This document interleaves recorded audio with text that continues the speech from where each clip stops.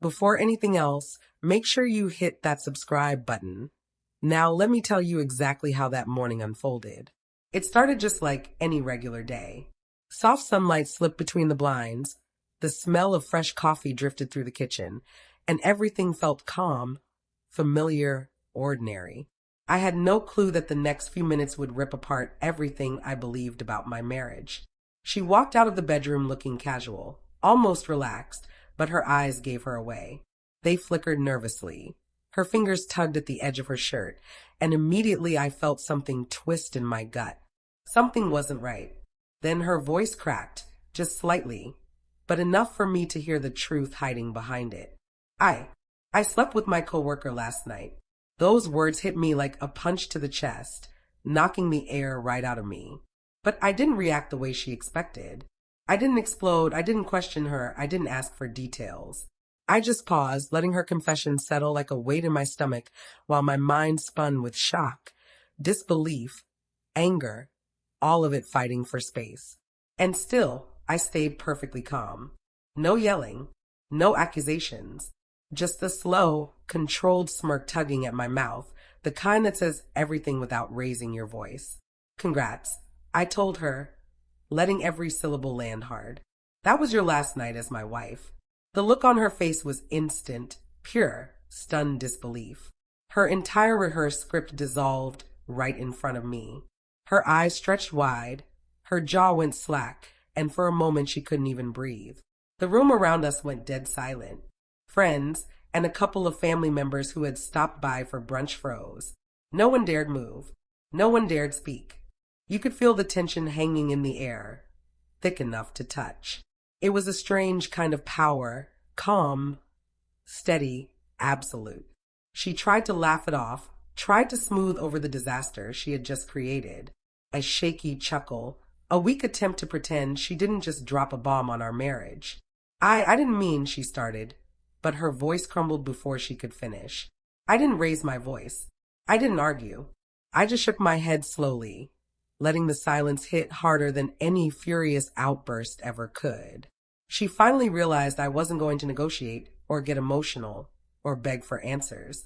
She had crossed a line that couldn't be walked back, and my calmness told her all she needed to know.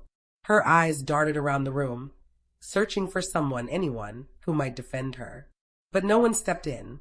The truth of her actions hung over her like a spotlight, and every bit of control she thought she had evaporated instantly. Her hands trembled. Her face drained of color. She had wildly underestimated the power of composure, of letting silence do the damage. People around us exchanged looks, stunned. They'd expected anger, chaos, yelling. But the quiet, sharp finality in my tone was far more brutal. She tried again to explain, to spin it somehow, but the words fell apart the second they left her mouth. I didn't interrupt with anger. I simply didn't allow her excuses any room to breathe. Her panic grew. You could see the realization settle in her eyes. She wasn't getting out of this. She wasn't talking her way around it. She wasn't controlling the moment anymore. The balance had shifted entirely and permanently. Finally, I spoke again, even slower this time, just to make sure she felt every inch of what I was saying. Pack your things, I said quietly. You're leaving today.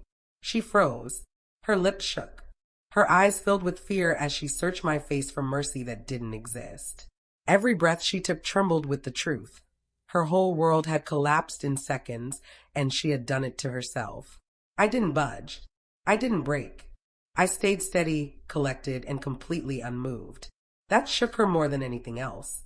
She turned and walked toward the bedroom, trying to gather what little dignity she had left.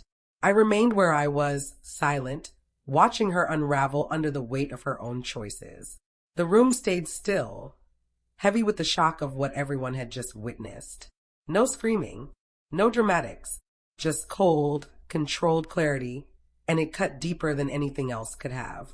When she came out again, pale and shaking, bags in hand, I didn't insult her or curse her out. I simply pointed toward the door. Goodbye, I said softly, letting the silence around us seal everything shut. She had gambled with manipulation and lies, thinking she could twist the truth and still come out on top. She had no idea I already saw straight through her. That morning, the one that started like any other, ended with her stunned, defeated, and fully aware of the consequences she'd created. And without raising my voice once, I proved something she never expected. Calm, controlled strength hits harder than rage ever will.